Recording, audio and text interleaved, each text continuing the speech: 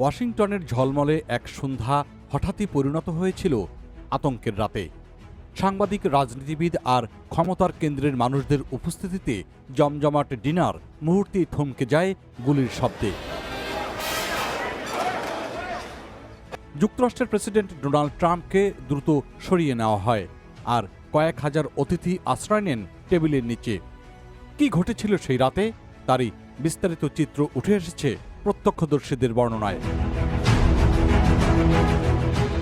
ওয়াশিংটনের ঐতিহ্যবাহী white house correspondents dinner সাধারণত হাস্যরস, সমালোচনা আর রাজনৈতিক বার্তার মিশেলে ভরপুর থাকে।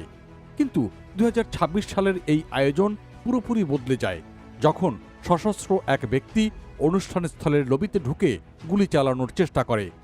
এতে ডিনারের ভেতরের পরিবেশ মুহূর্তেই লণ্ডভণ্ড হয়ে পড়ে। সেদিন প্রায় ২৩০০ অতিথি উপস্থিত ছিলেন ওয়াশিংটন হিলটন হোটেলের বলরুমে। প্রেসিডেন্ট ডোনাল্ড ট্রাম্প মঞ্চে ছিলেন আর চলছিল এক বিশেষ পরিবেশনা।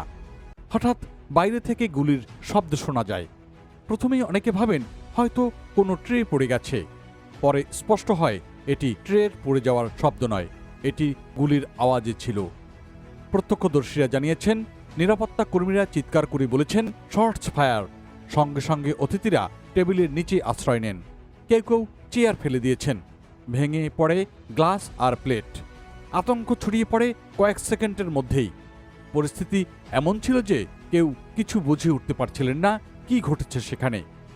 মঞ্চের কাছাকাছি থাকা ব্যক্তিরা জানিয়েছেন, শুরুতে প্রেসিডেন্ট কিছুটা বিভ্রান্ত ছিলেন, পরে নিরাপত্তা বাহিনী দ্রুত তাকে ঘিরে ফেলে।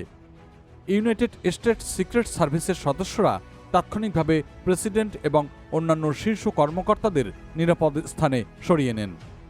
এ সময় উপস্থিত ছিলেন ভাইস প্রেসিডেন্ট জেডি ভ্যান্স সহ মন্ত্রিসভার সদস্যরা। তাদেরও দ্রুত সরিয়ে নেওয়া হয়। এর কিছুক্ষণের মধ্যে পুরো এলাকা আইনশৃঙ্খলা বাহিনীর নিয়ন্ত্রণে চলে যায়। জাতীয় গার্ড সহ বিভিন্ন সংস্থা ঘটনাস্থলে মোতায়েন করা হয়। পুলিশ জানিয়েছে, হামলাকারী লবিতে ঢুকে নিরাপত্তা ব্যারিকেড অতিক্রম করার চেষ্টা করেছিল। তার কাছে শটগান, হ্যান্ডগান এবং ছুরিও পাওয়া গেছে।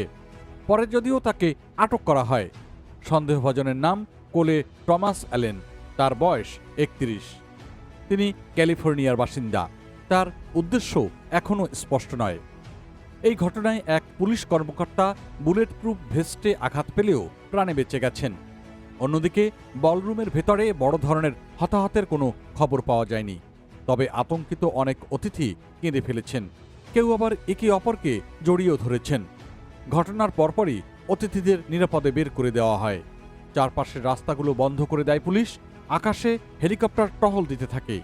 এ সময় পুরো এলাকা যেন মুহূর্তেই নিরাপত্তা বলয়ে ঢেকে যায়। উল্লেখযোগ্য বিষয় হল, এই একই হোটেলের বাইরে ১৯৮১ সালে প্রেসিডেন্ট রোনাল্ড রিগানের ওপরও হামলার ঘটনা ঘটেছিল। ফলে এই স্থানটি আগে থেকেই উচ্চ নিরাপত্তার আওতায় ছিল। ঘটনার পর প্রেসিডেন্ট ডোনাল্ড ট্রাম্প জানিয়েছেন, তিনি প্রথমে বুঝতেই পারেননি কি হয়েছে। পরে পরিস্থিতি পরিষ্কার হলে তাকে সরিয়ে নেওয়া হয়। তিনি বলেছেন, এই অনুষ্ঠানটি আবার আয়োজন করা হবে। আন্তর্জাতিক সংবাদ মাধ্যম যেমন the new York Times, CBS news এবং অ্যাসোসিয়েটেড প্রেস এই ঘটনাকে যুক্তরাষ্ট্রের নিরাপত্তার ব্যবস্থার জন্য একটি বড় সতর্কতা বার্তা হিসেবে দেখেছে। বিশেষজ্ঞরা বলছেন, ভবিষ্যতে এমন ধরনের জনসমাগমে নিরাপত্তা আরও জোরদার করা প্রয়োজন। সব মিলিয়ে একটি স্বাভাবিক ও উৎসবমুখর সন্ধ্যা কয়েক সেকেন্ডের মধ্যেই আতঙ্কে ভরে ওঠে। তবে দ্রুত পদক্ষেপ নেওয়ায় বড় ধরনের বিপর্যয় এবারের মতো এড়ানো গেছে। এখন সবার প্রশ্ন, কিভাবে এত নিরাপত্তার মধ্যেও একজন সশস্ত্র ব্যক্তি সেখানে পৌঁছাতে পারলেন? তাহলে এমন নিরাপত্তা নিয়ে কী বা হবে? এমন প্রশ্ন অনেকেরই।